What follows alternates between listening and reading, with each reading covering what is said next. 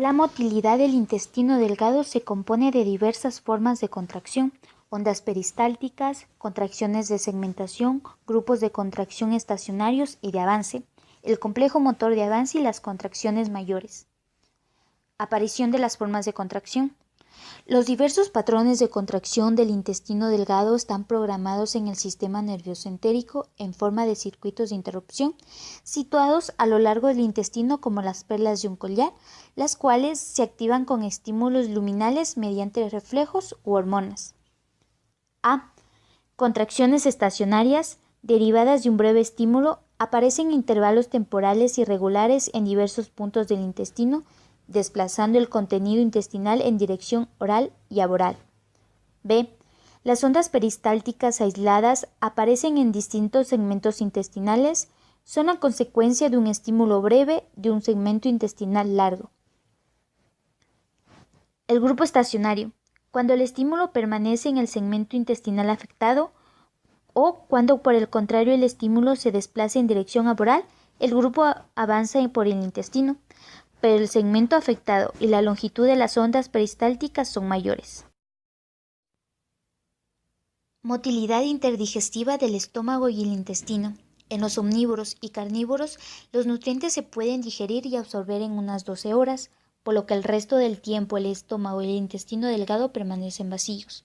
Pero el tracto gastrointestinal vacío no se queda en un estado de reposo, produciendo ciclos de actividad rítmica denominados la motilidad interdigestiva.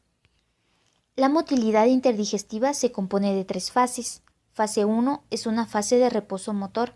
Fase 2 aparecen contracciones intestinales con una secuencia irregular. Y la fase 3 se caracteriza por un grupo fuerte de contracciones. Esta empieza en el estómago, durante ellas el píloro se ensancha y el bulbo duodenal se relaja, y las contracciones gástricas empujan los restos de alimentos y las secreciones alimenticias sin digerir hacia el intestino. Una vez en el intestino, transportan los restos del quimo y de las secreciones en dirección distal, avanzando desde el duodeno a lo largo de todo el intestino delgado hasta el ilio. La fase 3 también impide un exceso de crecimiento bacteriano en el intestino, facilitado por una secreción gástrica, pancreática. Motilidad del retículo y el rumen. La motilidad de los preestómagos permite una intensa mezcla de la ingesta, la eliminación de los gases del rumen, el eructo, y un avance regulado de la ingesta desde el retículo rumen hacia el omaso. Paso de la ingesta.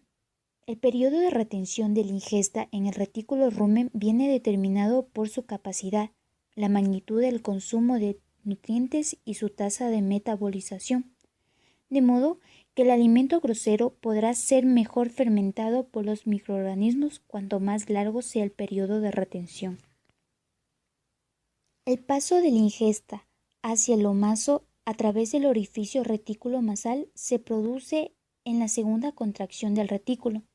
La motilidad del retículo provoca una separación de la ingesta. De esta forma, las partículas poco digeridas quedan retenidas debido a su menor densidad, mientras que las partículas prácticamente digeridas por su mayor densidad pueden abandonar el retículo rumen. Procesos de digestión en los preestómagos tienen una estrecha relación con la población de microorganismos que se encuentran en ellos, constituyendo una simbiosis. Los beneficios de los microorganismos para el hospedador residen en la fermentación y síntesis de nutrientes muy valiosos. Microorganismos de los preestómagos. Los microorganismos que se encuentran en los preestómagos pueden clasificarse en bacterias, protozoos y hongos. Las bacterias representan cerca del 10% del volumen del rumen. Estas son esenciales para el metabolismo bioquímico básico. Se asientan esencialmente en la superficie de las partículas de alimento y en el epitelio del rumen. La composición de la flora bacteriana viene determinada esencialmente por el tipo de ración. Las bacterias que utilizan oxígeno estabilizan las condiciones anaerobias y un potencial redox negativo. Las productoras de metano controlan la presión parcial de hidrógeno molecular. Estos dos factores determinan el equilibrio de las reacciones químicas del contenido de los preestómagos. Los hongos Pueden metabolizar un amplio abanico de hidratos de carbono solubles y polisacáridos vegetales.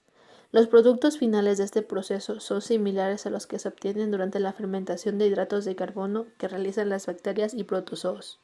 También son capaces de realizar la síntesis de ácidos grasos de cadena larga. Al igual que los protozoos, los hongos no se consideran esenciales para el metabolismo microbiano de los preestómagos. Los protozoos, al igual que las bacterias, representan cerca del 10% del volumen del rumen. La colonización de los preestómagos con protozoos se produce por contacto con otros animales. Aunque el número total de protozoos es inferior al de las bacterias, debido a su tamaño, constituyen la mitad de la biomasa microbiana de los preestómagos. La reducción o eliminación de los protozoos no tiene ninguna influencia esencial en el metabolismo de los preestómagos. Funciones específicas de la fisiología de la digestión de los protozoos del rumen. Participación en la digestión microbiana de los preestómagos. Puesto que los protozoos disponen de enzimas capaces de descomponer los hidratos de carbono, las proteínas y las grasas, también participan en la descomposición intrarrumial de los nutrientes. Todos los protozoos cubren sus necesidades de nitrógeno ingiriendo pequeñas partículas alimentarias, bacterias, hongos y otros protozoos. La capacidad de almacenar hidratos de carbono fácilmente fermentables constituyen a la vez un eficaz mecanismo de protección para el mamífero hospedador, reduciendo el riesgo de una acidosis del rumen. Preparación de productos de fermentación.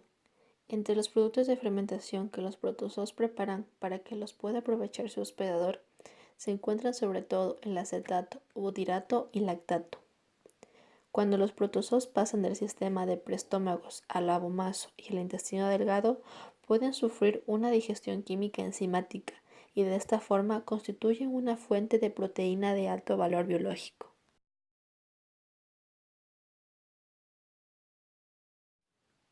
Reacciones de detoxificación. Gracias a sus múltiples enzimas hidrolíticos y reductores, los protozoos pueden neutralizar algunos de los componentes tóxicos del alimento, como son las toxinas vegetales y los metales pesados. Funciones del estómago monogástrico. El estómago tiene que cumplir múltiples funciones. Entre otras, sirve como almacén de alimentos y por tanto permite que la ingesta de estos sea discontinua tanto en las personas como en los animales. Aparte de ello, en el estómago empieza la digestión de los alimentos, sobre todo de proteínas y lípidos.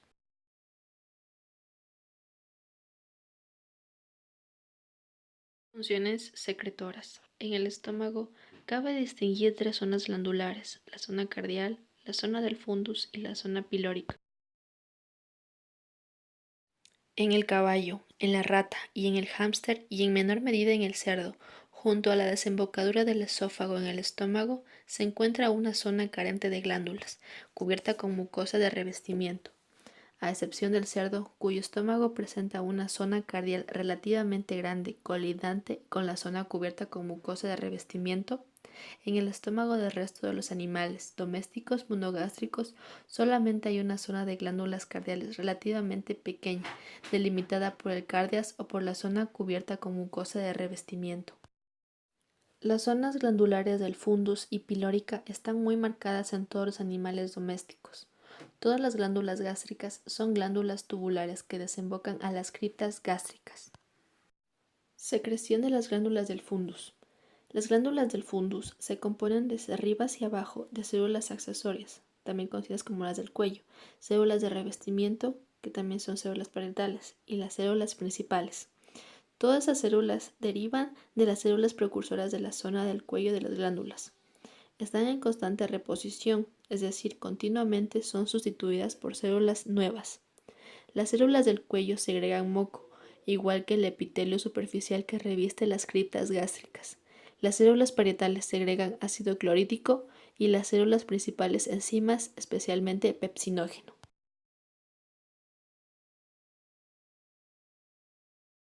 Secreción de ácido clorhídrico de las células parietales.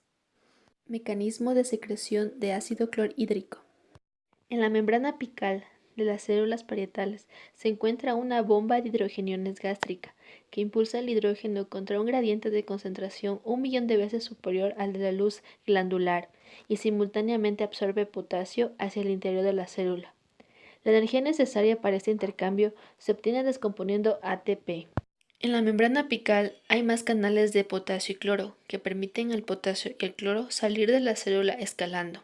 Inmediatamente el potasio es reabsorbido por la ATPasa hidrógeno-potasio hacia el interior de la célula, mientras que el cloro vuelve a aterrizar en la luz del estómago junto con el hidrógeno a través del canal glandular. La disponibilidad intracelulares de hidrógeno para la secreción la facilita la enzima anidrasa carbónica. Regulación de las secreciones gástricas. Regulación de la secreción de ácido clorhídrico. La secreción de ácido clorhídrico en las células parietales está sometida a una regulación nerviosa, hormonal y de sustancia con efecto parácrino. A consecuencia de la digestión de alimentos se produce una secreción de acetilcolina procedente de las neuronas parasimpáticas, postganglionares que inervan entre otras a las células parietales. La acetilcolina estimula la secreción de ácido clorhídrico mediante los receptores muscarínicos de la membrana celular. La hormona peptídica gastrina, producida y liberada al torrente circulatorio por las células endocrinas de las glándulas del píloro, también favorece la secreción de ácido clorhídrico, pues estimula los receptores de gastrina de la membrana celular de las células parietales y los mismos mensajeros secundarios. La secreción de gastrina al torrente circulatorio se estimula de forma indirecta por la ingestión de alimento, a lo que es lo mismo por la presencia de alimento en el estómago. En este caso, los estimulantes de la secreción de gastrina son aminoácidos y péptidos que se producen en el estómago al empezar la digestión de las proteínas, así como el péptido liberador de gastrina, segregado como transmisor por determinadas neuronas parasimpáticas postganglionares de la pared del estómago. La secreción de gastrina se inhibe indirectamente al reducir el pH del contenido gástrico, puesto que la gastrina estimula la secreción de ácido clorhídrico reduciendo el pH del estómago. En este caso, se trata de una retroalimentación negativa. Esta retroalimentación negativa se transmite mediante el péptido somatostatina, segregado por las células denominadas D, próximas a las células endócrinas G, cuando el valor del pH del estómago desciende, inhibiendo por una vía parácrina la secreción de gastrina de las células G. Finalmente, en el espacio intersticial próximo a las células parietales, con frecuencia se encuentran células productoras de histamina, similares a las células enterocromafines. La secreción de histamina de esas células se estimula con gastrina y acetilcolina, los neurotransmisores de las neuronas parasimpáticas.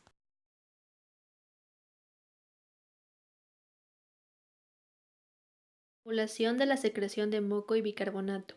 La secreción de ácido clorhídrico, enzimas y moco en el estómago estimula el parasimpático, dependiendo de la ingesta de alimento. Además, la secreción de ácido clorhídrico y de enzimas también se estimula con la hormona gastrointestinal. Las sustancias mensajeras producidas a nivel local, como la histamina y prostaglandina E, también estimulan la secreción de ácido clorhídrico y moco. Digestión y absorción de los fosfolípidos. El fosfolípido alimenticio más importante es la lecitina. La bilis hace llegar cantidades apreciables de este fosfolípido hasta el intestino delgado. La lecitina se transforma en lipofosfátido al desprenderse el ácido graso de su zona central. Esta reacción está catalizada por el enzima fosfolipasa A2. El lipofosfátido pasa al interior de las células epiteliales por difusión y por esterificación con un ácido graso vuelve a transformarse en lecitina. La lecitina se utiliza en las células epiteliales para elaborar la envoltura lipoproteica de los kilomicrones y con ellos alcanzar los capilares linfáticos y finalmente la vena cava. Absorción de colesterol. El colesterol aportado con el alimento está esterificado aproximadamente un 15% con ácidos grasos. El éster de colesterol se descompone en la luz del intestino delgado por efecto de la colesterol esterasa pancreática.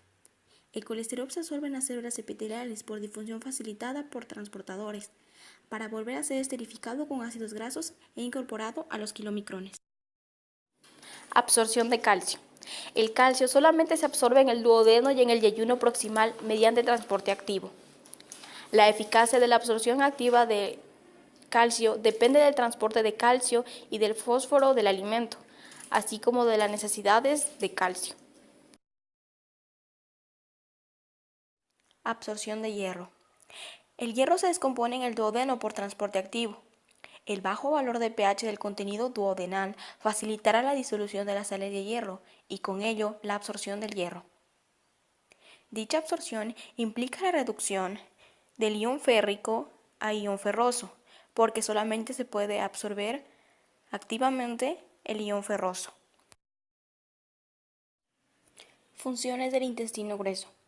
A pesar de que hay importantes diferencias en la anatomía del intestino grueso entre las distintas especies domésticas, esta parte del tracto digestivo realiza toda una serie de funciones destacables en todas las especies. Entre ellas se encuentran el almacenamiento del quimo, la regulación de la cantidad y composición de las heces, la descomposición microbiana de sustancias orgánicas y la síntesis microbiana, así como el transporte epitelial de electrolitos, productos finales del metabolismo microbiano y de agua. Volumen y paso del contenido. La velocidad diaria de paso del quimo por el intestino grueso y el periodo medio de permanencia presentan importantes diferencias dentro de una misma especie, debido a que esto dependerá de la cantidad y composición del alimento y la motilidad del intestino grueso. En el caso del cerdo, es del orden de 4 a 6 litros por día. En los pequeños rumiantes, entre 2 y 8,5 litros por día. En los carnívoros, cerdos, rumiantes y caballo, la media de permanencia del quimo en el intestino grueso es de 10 a 50 horas. Metabolismo microbiano. Existen 3 grandes áreas de distribución de la población microbiana: la fase líquida, la de estructura de partículas y la zona próxima a la pared. Además, para el mantenimiento de la flora intestinal fisiológica y sus funciones metabólicas deben cumplirse los siguientes factores. Primero, la neutralización del producto final ácido del metabolismo microbiano. 2. Periodo de permanencia del contenido en el intestino grueso. Tercero, dilución de los productos del metabolismo mediante la fase líquida del contenido del intestino grueso. Cuarto, absorción de los productos finales de la fermentación microbiana.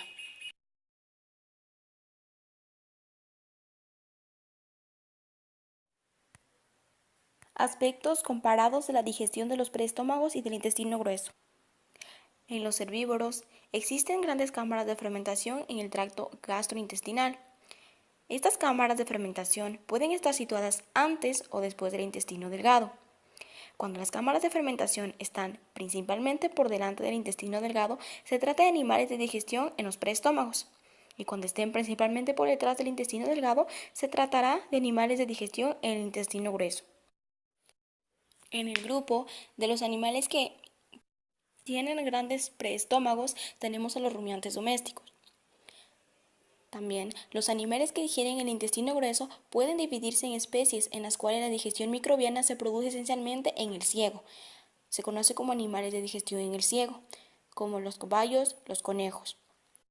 En otros animales, la cámara de fermentación más importante es el colon. Se los conoce como animales de digestión en el colon.